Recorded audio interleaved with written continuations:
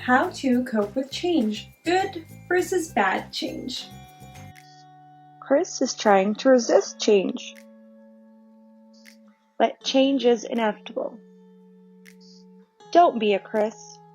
Do you know when you look up the word change in the keyword search on Google, the top hit is its plural form, which is changes. That is not surprising. Change doesn't usually happen in one isolated incident. Usually, it's not overnight that you wake up, for example, depressed, or it's not overnight that you wake up anxious. It's a series of events, sometimes some silent events, that leads you to this point. Some people say that Tragedies happen in threes. I think is that there are silent changes that happen that we simply don't recognize until time has passed and bam, it's too late. Sometimes the world changes, in turn changing your life. Let's take social distancing as an example. I don't think anyone in the world woke up one day and was like, yes, I want to live a life where I have to wear a mask every day and I can't go out and I can't hug friends, but the world decided that for us. So really the only thing inevitable is that change will always happen. Physical changes that I put out, like the ones that are in my thumbnail right now, are very easy to see, they're easy to recognize because of what? The shock value. Weight gain, hair changes, we can all see that with the naked eye, but not everything can be seen. So here's where things start getting tricky and it's difficult for people to recognize when is this change a good change and when is the change disordered, unhealthy, or bad. Just like my name and personality, Christy, Tatina, Christina, Chris during my tomboy phase, my personality has always changed. And I'm sure yours has too. First sign being that little things start to annoy you. Things that used to never annoy you start bothering you. For example, the way someone starts clicking, or the way someone eats, how someone maybe didn't say hi in the morning. Now, these little things can be good in a way. For example, if you used to have disordered drinking and you suddenly don't see the urge to go out every night and get totally wasted. See, there it could be a good sign because you can see what triggers you to go down a downward spiral. However, when you stop doing the things you love, for example, if you love to write or you love to sing or you love to dance, then suddenly you wake up every morning and you really don't feel like it anymore. You just want to stay home and stay isolated and not do these things, then that may be a sign of a more serious issue. Changes like changes in food, for example, are very normal to everyone. For instance, have you ever noticed that when you were younger, maybe you hated broccoli or Brussels sprouts, but when you were older, you suddenly realized, oh, okay, that's yummy.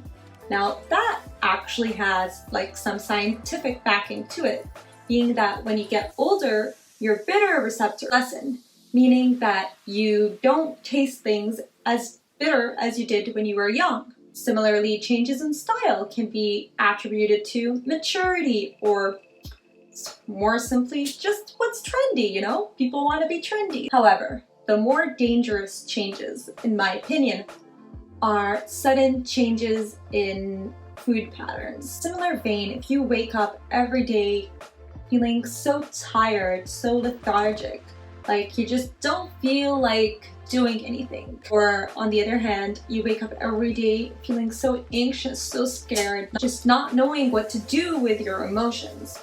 There you know that these emotions may be becoming a serious issue linked to anxiety or depression.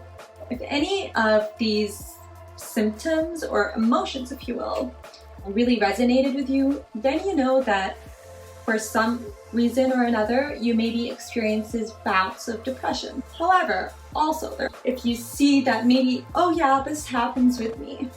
I mean, these emotions, they really happen to anyone at any time in their life. And that's completely normal to occur, especially during a global pandemic that has left so many people, you know, just facing all these changes, these life changes that can be risky This can lead to some people dealing with bereavement, death, sickness, job insecurity. So to say that, oh yeah, well, my grandma, for instance, is in the hospital and I'm just gonna sit at home laughing, for example, and oh, I don't feel any emotions. No, that's not what we're saying. However, if after an event occurs and you feel these prolonged feelings for a prolonged period of time, and they are affecting your ability to get up in the morning and do your everyday routine, that's when you know that maybe you need to seek further help. Especially during quarantine, everyone's routine changed or shifted. So this is why it's very important to recognize change and not run away from it. Okay, now we recognize I am changing. These things are changing within me, around me, next to me. What can I do about it? Acknowledge and recognize your feelings. So make a list of what you think are maybe healthy habits or unhealthy habits.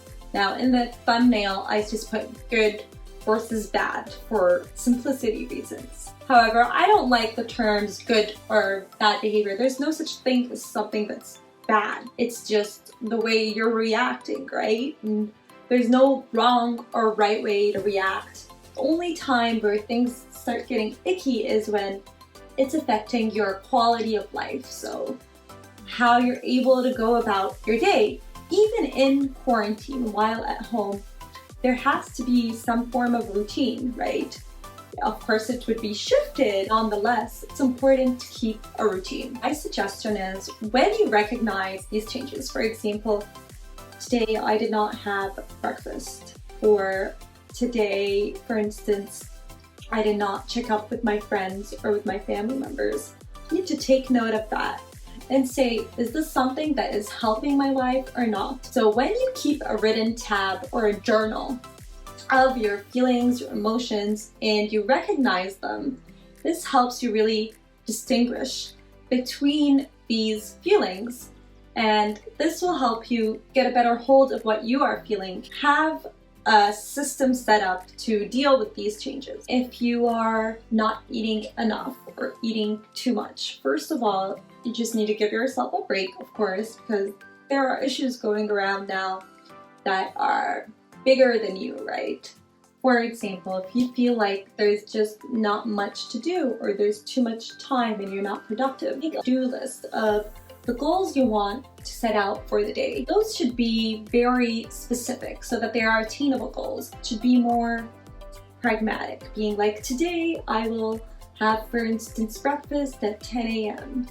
and then at 11 a.m. I will run on the treadmill for an hour. In turn, you feel like there's too many people, take the time out to say, this is my time to relax, to meditate, maybe to take a nap. Just try to remember that these are all things you can control. You're in control of how you react. Even if you are sad, you can start crying, right? Then that's a normal reaction for many people. So you shouldn't be scared of it or feel like you're guilty for your emotions. There's no such thing as a bad or good emotion.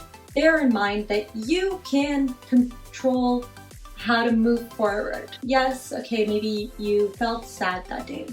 So what do you do? So this could be from people who have shared similar experiences with you. So that could be a friend, a family member, or even an online forum. However, when you really feel like this burden has become too much, no one will listen, no one will understand me, just know that there are always people who understand. Let's say there is in your own direct circle people that are criticizing you and not understanding why you're reacting like this. Then it will be time to really seek some professional help. If you can't afford a therapist, try to find free resources. Now, this is the most cliche thing I'm really gonna say in this video. Over time, you'll learn to deal with these emotions better. But at the same time, sometimes over time, they say the more time passes, you forget.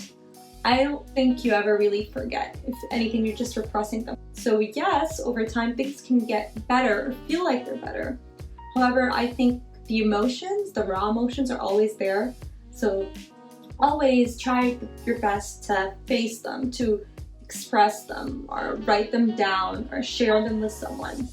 because that's the only way you can really move forward. Last note, everyone knows that change is gonna occur, so you might as well stop running away from change. Just acknowledge that nothing stays constant. Everything can and will change.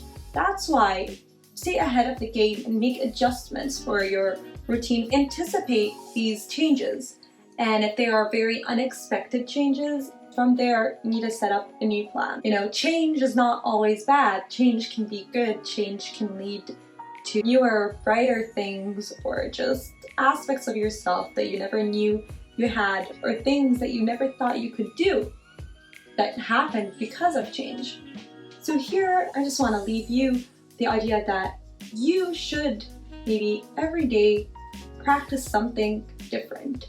Try to make a change every day, because if we're just stuck and we're stagnant, first of all, that's boring.